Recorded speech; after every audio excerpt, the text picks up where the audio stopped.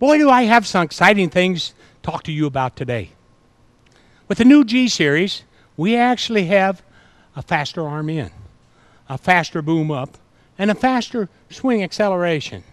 So if you have a contractor that's digging trench or loading trucks, and he's piling the material in his spoil pile beside the trench, he's going to get there quicker. Now, at the end of the day, that means to load more trucks. So there's a couple other things I want to show you about this machine. You also notice up in here, this is a 350G bucket, but it'll also fit on a 350D. So that means that all the components that's on this machine are the same as what was on the D series.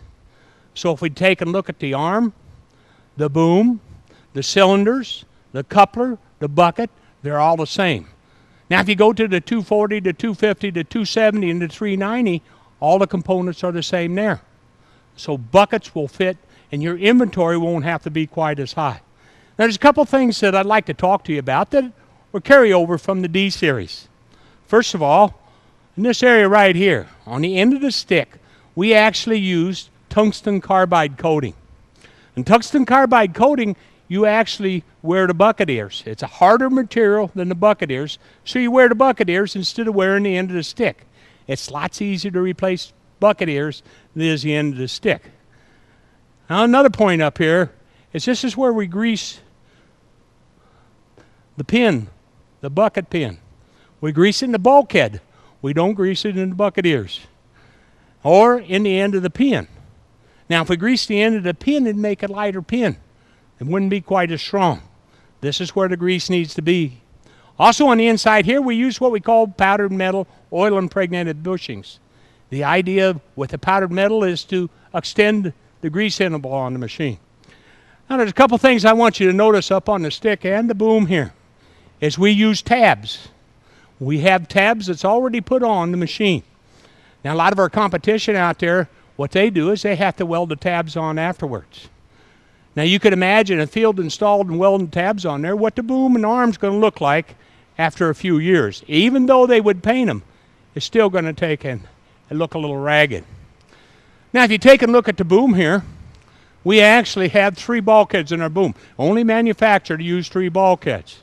We got 1, 2, 3, and you can actually see them. Now what happens when an operator starts to pry with a bucket? He doesn't pry with the center of the bucket because he can't see it. He actually pries with this corner over here.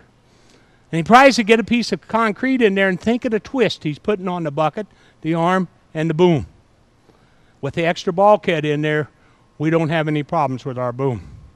I want to take you back in this area right back here, and let's take a look at this area. Now a lot of our competition out there, they put another piece of steel in here. Look how clean this is. And think about a contractor that would be taking in clearing trees. And they get pine needles and they get pine cones in here. Look how easy this would be to clean out.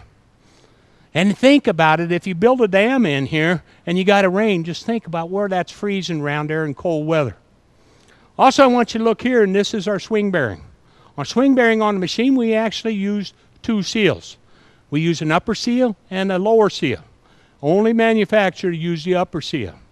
We also grease it, and here's where you grease swing bearing here. This is a 500-hour grease interval. And the way you grease it is you take and put your grease gun here, pump it 5 or 6 times, rotate the machine 90 degrees, 5 or 6 times, rotate it 90 degrees, 5 and 6 times until you get all the way around the machine. Okay, now I'm going to hand it over to Matt. Matt? Thank you, Michael. Continuing on from the D series to the G series is our proven undercarriage design.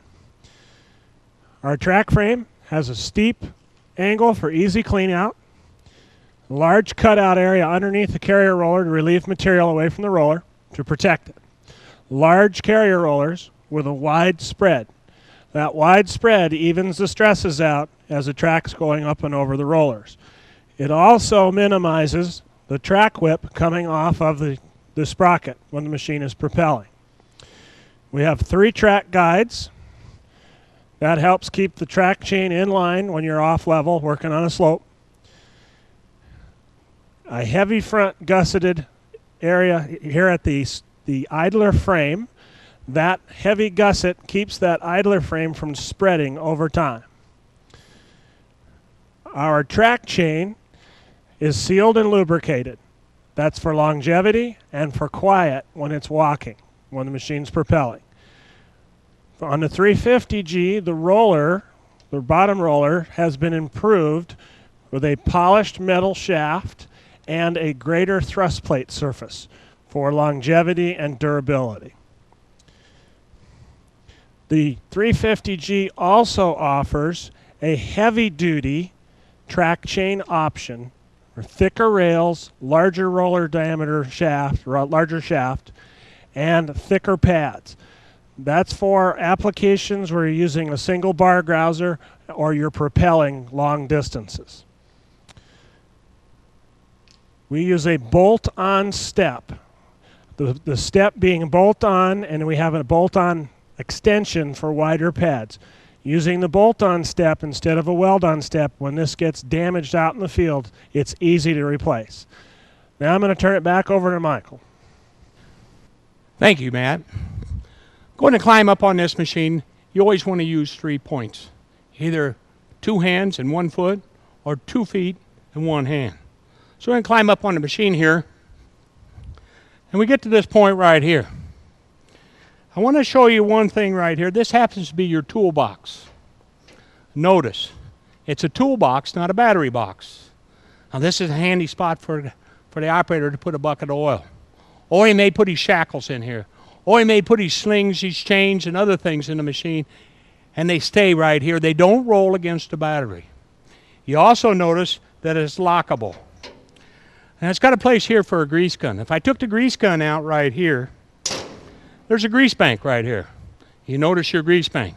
It's similar to what we had on the D-Series. There's 5 zerks right here that actually grease all the upper structure on the boom. I'm going to climb up on the machine, and if you notice, if it was a muddy day, I could clean my shoes off right here. Notice that you have a little rough edge right here. And I have volcano plates right here, so it's going to be good traction as I'm climbing up here. So I climb up here, and you notice once I learn the first step, they're all even. So I climb up on the machine like this and come on up to the top. Now what I want to show you up here on top is actually the fuel cap. It's green. That signifies it's diesel. Next thing is says right here on this decal, ultra low sulfur diesel fuel only. Now, most manufacturers, that's all they're making right now is diesel fuels. All your distributors will be distributing low sulfur, so it's no big deal. I climb back up on here, and I want to take you to this little air valve right here. Now, let's say your contractor's taking and digging in a trench box, and the operator gets too close and damages one of the auxiliary hydraulic lines, and it starts seeping. What we suggest you do is actually put the bucket on the ground, turn the tractor off. The next step is for the operator to come back here and push this button. And what that button does is it actually drains the pressure off of the tank. There's about 24 psi in there, and it drains that pressure. So the leak doesn't sit there and drip, drip, drip. I want you to notice the deck on this machine. Look at the deck. It's got sandpaper, it's got volcano areas, so it's easy to walk around here and have good traction. The next point I want to point out over here happens to be something that's new on this machine. Here's a rain cap. This is where we get all our air to the engine. The filter's right below it. Now remember what we used to have. We used to bring all the air in through the side panel over here. And when we did that, and you're tracking a lot, you got a lot of dust in there. And it sort of shortened our life on our air filter here. So this is going to be a lot better. It's the cleanest place on the machine getting your air from. And once you notice the hood here, now the hood's changed. Remember with the older machine, you come over here and you open the whole hood up. Now we have components around here and we bolted the hood down.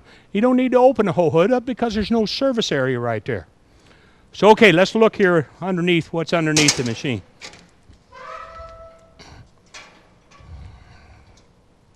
First we're going to show this return line. This is your hydraulic return line going over to the tank.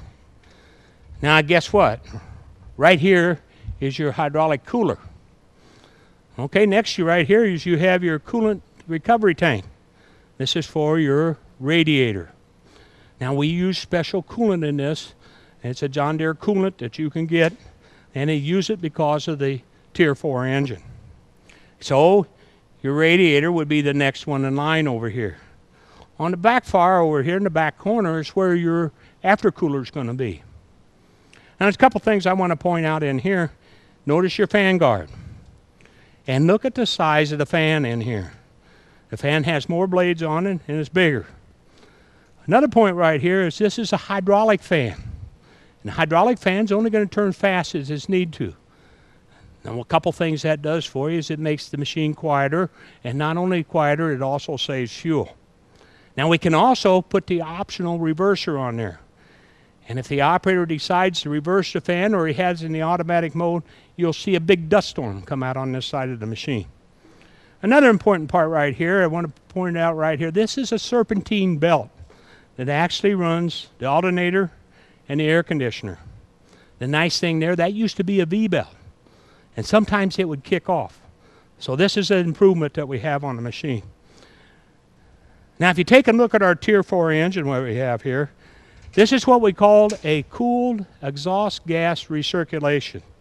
And we use this because it's simple, it's proven, it's fuel efficient, it's fully integrated and fully serviced.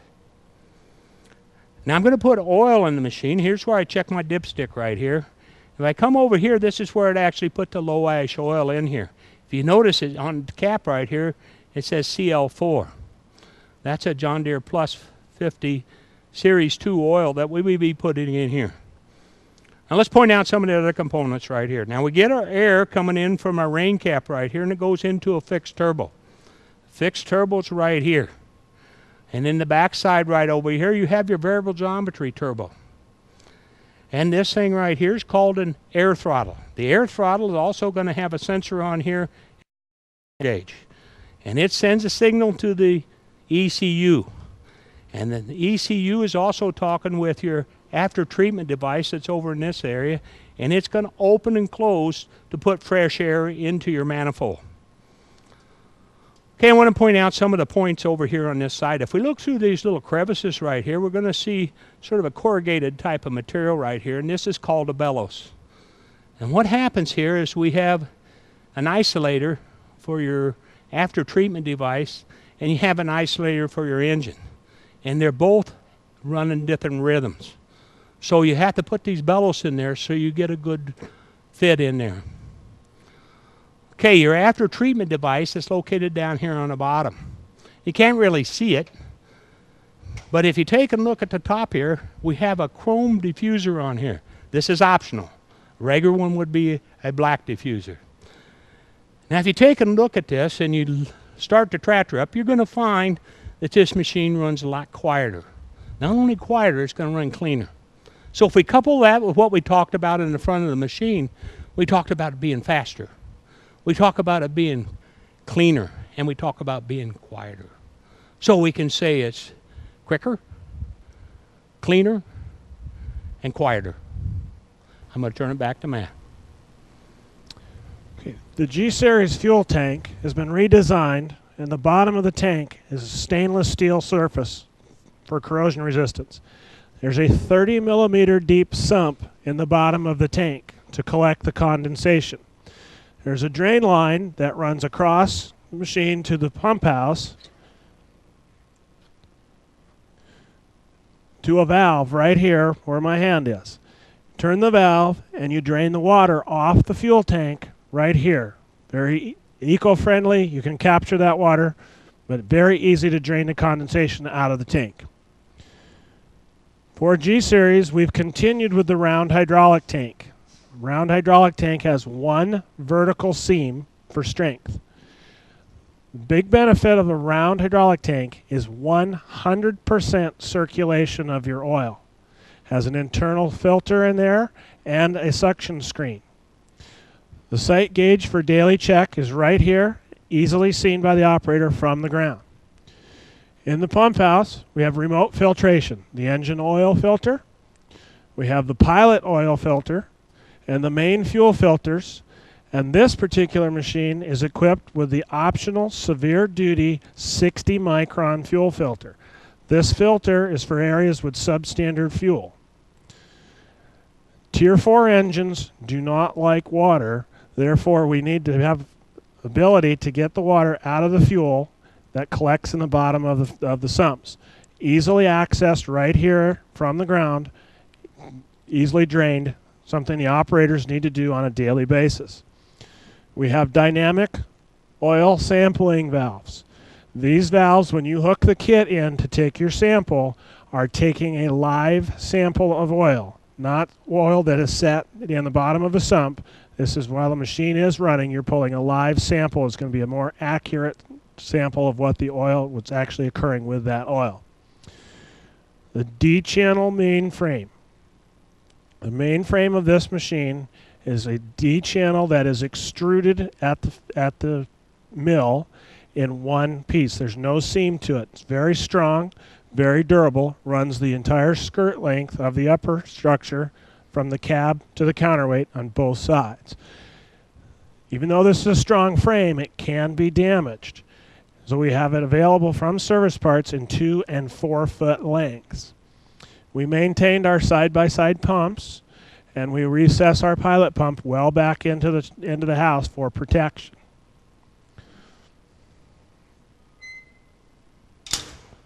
The side panels on the G-Series have been recessed 1 inch on the frame for protection, and we continue that up the counterweight. So when an operator bumps into the dirt pile, it's less likely to damage the door. We lengthened the main frame of the G by 8 inches, and the reason that length increase was to accommodate the Tier 4 engine, the Tier 4 emissions components, and the larger coolers required to cool this engine. By lengthening it 8 inches, we were able to keep the height increase down to 3 inches. So our engineers decided to go longer versus taller. Many of our competitors have gotten very tall and limit the visibility off the machine. The counterweight was lightened. Because we lengthened away from the swing bearing farther, by lightening the counterweight, we've maintained the weight from the D-Series and the balance from the D-Series. Moving back over here, up over my left shoulder, is a mirror mounted on top of the counterweight. This mirror meets the ISO standard for rear visibility on the machine without a camera, which brings me to the optional rear view camera. This camera, when operating, displays in the monitor in the cab, and it is on all the time. So when the operator is swinging the machine and working, he has a clear view of what is occurring behind the machine. Now, from the cab, in his view, a distance of 3 feet, he can see my feet. Excellent visibility close into the machine. Now I'm going to turn it back over to Mike on this side. Michael? Thank you, Matt. Matt just told you that they increased the frame back here by about 8 inches. So the doors are bigger, longer. A couple things to notice here is notice all the perforation on the side of the doors. Not only the side of the doors, but also on the engine hood up here. Think of all of the airflow that can come through this area for our coolant. Now, a couple things about putting the perforation on the outside is you have a contractor that's taking clearing trees, or a demolition contractor, he's going to get a lot of debris built up on here. And when he shuts the tractor off, it all falls on the track. Now, let's think about our competition. Our competition actually takes and puts their screen in here. When they put their screen in here to clean it, they have to climb up on top. And also, when they shut their tractor off, it all falls down on the batteries. Not a good thing. A couple other things. If you got a contractor that's working demolition and he gets a lot of fluff, insulation and stuff like that, that could build up and cause damage to the coolers, what you can do is you can actually get some weather stripping. And come along here and put your weather stripping here, and it will take and seal everything out of this compartment.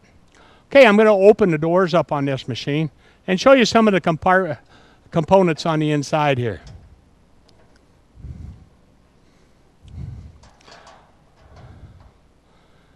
When we were up on top, we identified the coolers. Remember, we said that this was the hydraulic cooler right here. We said this is the radiator, and we said this is your aftercooler located right here. Now this is your fuel cooler, and this is your air conditioning condenser. And what I want you to notice is right here.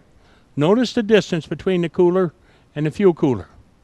And think about having a dirty cooler and you need to clean it out with a wand. You can actually stick a wand behind here and clean it out. Pretty easy to do.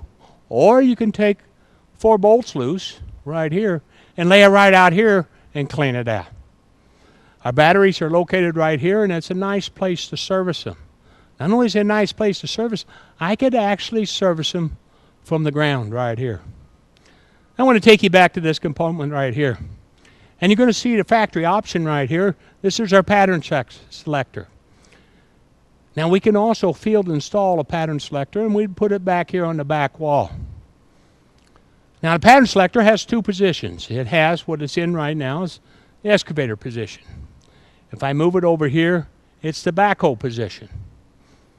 Now what happens if I just move it halfway? It's not in the backhoe and it's not in the excavator.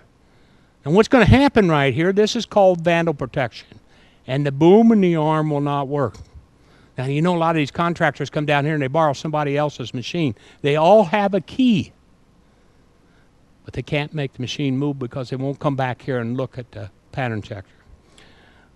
Now if I'm going to take and service my windshield washer, I can fill it up right here. Pretty easy to do from the ground. You also notice back on the back corner over there, that's my ether aid. Now for cold starting, that's a good idea. But we can also take and put a block heater on the machine and plug it into 110 so your coolant's warm. But if I'm out on a pipeline, I don't have any 110 out there. So what we have is a diesel fuel fired cooler. And the way that works is it actually takes diesel from the tank and it warms up the coolant. Not only is the engine warm, but when the operator climbs in the cab would be warm. 2 neat things so he can go right to work. Okay, we talked about this air filter when we were on top. It does have a little valve, dust valve right here, so that as it moves, it's going to take and bring a lot of the dust out of the machine. Now, if I'm going to service this, there's a little lever right here, and actually pull it and turn it. And I could take the cover right off of here. You also notice right here, this is the brains of your tractor. This is your ECU. This is what makes everything work on top up there. It puts it in the best scenario to be most productive. This is where you're going to hook up to your service advisor. And the next, this is JD Link. Now JD Link is standard on our 120 to our 850. And there's a ton of information you get on there. It links up with Machine Information Center. So I can get operational time, non-operational time. I can get heat. I can actually build the fence around this tractor. So that if it is being moved, it'll call me up on my cell phone and say it's about to be moved. So, pretty good idea to have JD Link. This is a 3-year contract on the machine. And it comes standard again on 120 to 850.